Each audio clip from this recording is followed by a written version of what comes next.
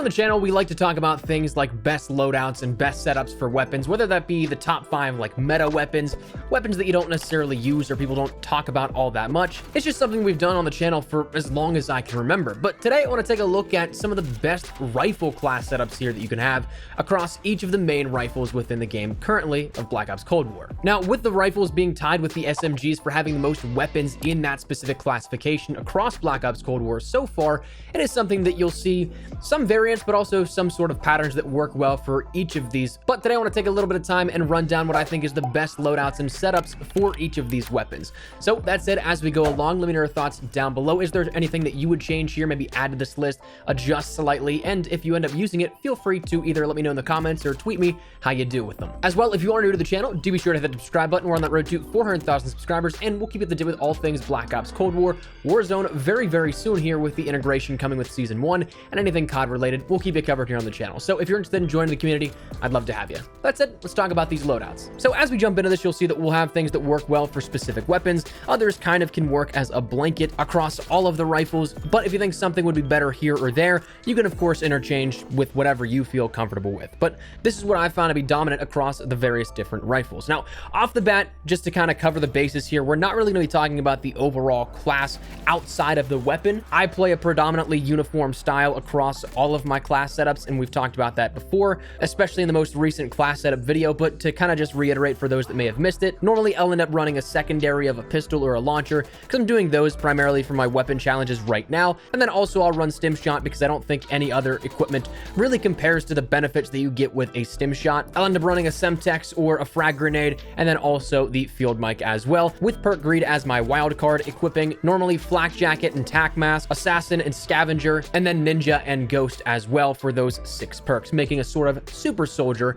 out of this class setup. But as for the weapons themselves, let's just go down the list here with this. Let's start out at the very top with the XM4. Now, the XM4 is a rather baseline rifle. It's something that, like the M4A1 last year with Modern Warfare, it's a very easy weapon to pick up and do well with, regardless of where you are in your skill progression. You could be a first timer or you could be a seasoned veteran. But for this, I normally run a mill-stop reflex. You'll see the mill-stop make a return here across, I think, all the rifle class setups here with this, because I'm not a huge fan of some of these iron sights, but at the same time, the mill-stop is entirely preference-based. You could use the Hawksmoor, you could use the LED reflex, you could use a number of different sights, but this is what I've found the most comfortable in my setups. Then I'll end up running the 13.5-inch reinforced heavy barrel, which adds 100% effective damage range, plus the 40% bullet velocity for a slight penalty only in the sprinting movement speed and aim walking movement speed. So it slows down the pacing a little bit of the weapon itself, but also boasts significant upsides in the firepower and accuracy that you'll get just from adding this and the other attachments here throughout the loadout. The field agent grip is the grip that I run here at this, adding 6% vertical recoil control and 20% horizontal recoil control for just a sacrifice in that movement speed while shooting. But again, you're gaining much more in control, so it shouldn't be too much of an issue if you slow down the pace of the weapon in a firefight.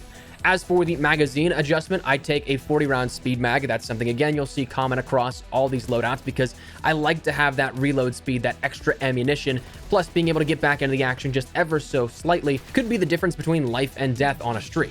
Then finally, we'll wrap up the XM4 with the airborne elastic wrap, adding 30% ADS speed, which is the fastest gain you can have in terms of the class of handles, a 90% increase into your flinch resistance, which is huge, plus the ability to go prone and still aim. The only sacrifice you end up having to make is moving while shooting ever so slightly, and a slight loss in the sprint to fire time. So again, when you break it down, it kind of does come out to be something that your mobility is hindered a little bit, but you gain so much more in control and in firepower. So to me, that's a worthwhile trade-off, especially because most of that movement comes while I'm actually in a firefight. So while strafing can be key, it's not like you're going from a movement speed of having a knife to a huge LMG. Next up, we have the AK47, a very high-powered rifle and a weapon that boasts a very good DPS, or damage per shot.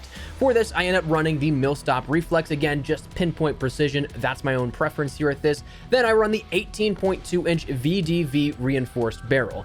This adds 100% to the effective damage range and 40% to the bullet velocity, similar to the reinforced heavy barrel we just mentioned with the XM4, but to me this is much easier to work with significantly less drawbacks than, say, the 20-inch Spetsnaz barrel, which sure increases damage by 11%, but then you can also only get 50% in that damage range, so it's better in closer closer quarters, but it won't carry its own weight further at a distance, which is where I think that the reinforced barrel really comes in and shines. The takedown barrel is of course also nice, but you don't get any additional bullet velocity, which is where you can artificially improve that hit reg in a sense, since you can have more of a point and shoot feel rather than having to account for bullet travel time. So getting both the effective damage range and bullet velocity is absolutely a nice benefit.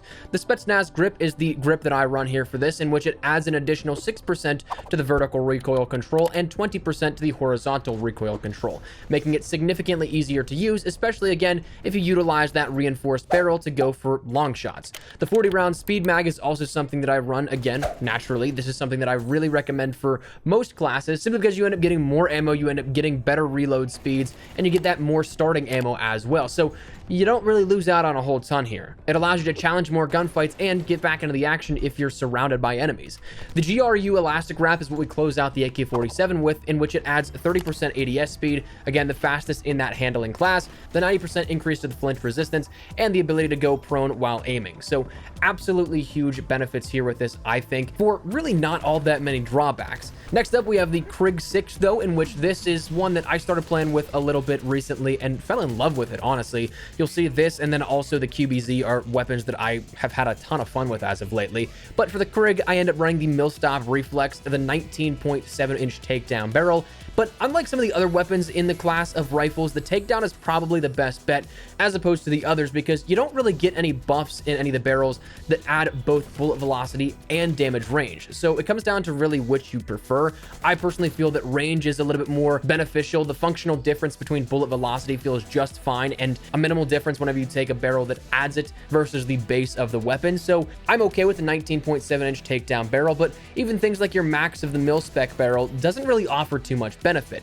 Sure, you can get things like extra damage with the mil-spec barrel, but you also only on top of that gain an 8% increase in the strafe speed. So you're not getting a whole lot compared to the other max barrels for other rifles. The Field Agent grip is the grip we run here on this one. Again, recoil control is absolutely everything and is something that is definitely needed. The 40-round speed mag, naturally by this point you'll see that I like this a lot. And then the Airborne elastic wrap, doing the same thing as the GRU elastic wrap and the XM4 before it. So giving that 30% ADS speed, 90% flinch resistance, and ability to go prone.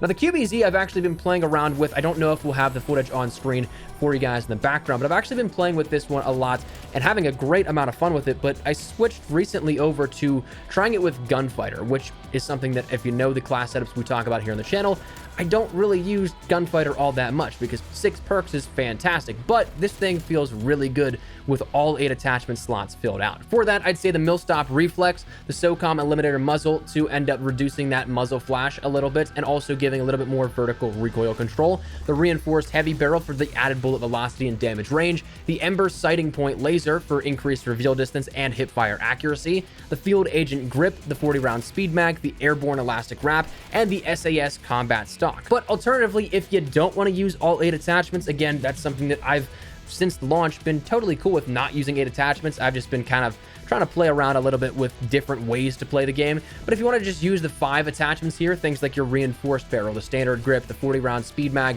and things like your speed tape, jungle grip, or serpent wrap are all fine if you want to go for, say, 5 attachments and maybe multiple perks and a different wild card. But that's entirely up to you.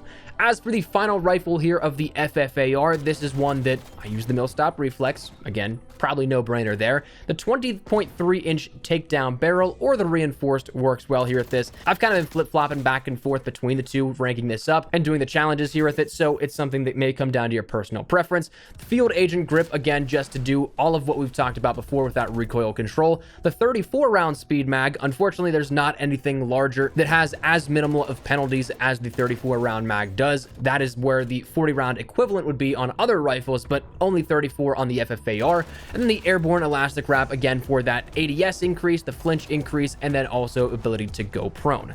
So overall, there's a lot of stuff that I think works on a blanket level for all rifles, but you can absolutely find those things like the Krig, which do have some differentiations here between that and other rifles. But overall, that's where we're going to wrap it up here at this. I would love to get your thoughts and feedback down there in the comment section down below. What do you guys think here of the rifles within Black Ops Cold War, maybe the SMGs, if you guys would like to see a follow-up here with the best SMG loadouts feel free to let me know in the comments below, and maybe we'll do these for each of the classifications of weapons. But that said, hopefully you enjoyed the video. If you did, make sure to drop a like down below, and of course, if you are new to the channel, make sure you guys subscribe. So I'm a single thing rating all things Black Ops Cold War, Warzone very, very soon here at the integration, and all things COD related. We'll keep you up to date with all of it. So if you're interested, hit that subscribe button. If you also want to follow me over on Twitter and Instagram, those are the best places to get connected outside of YouTube. Probably live on both those. So if you guys want to start a conversation, ask me a question, whatever it may be, that link is down there in the description below. But said, thanks so much for watching. My name is Espresso. I'll see you guys later. Take care and peace.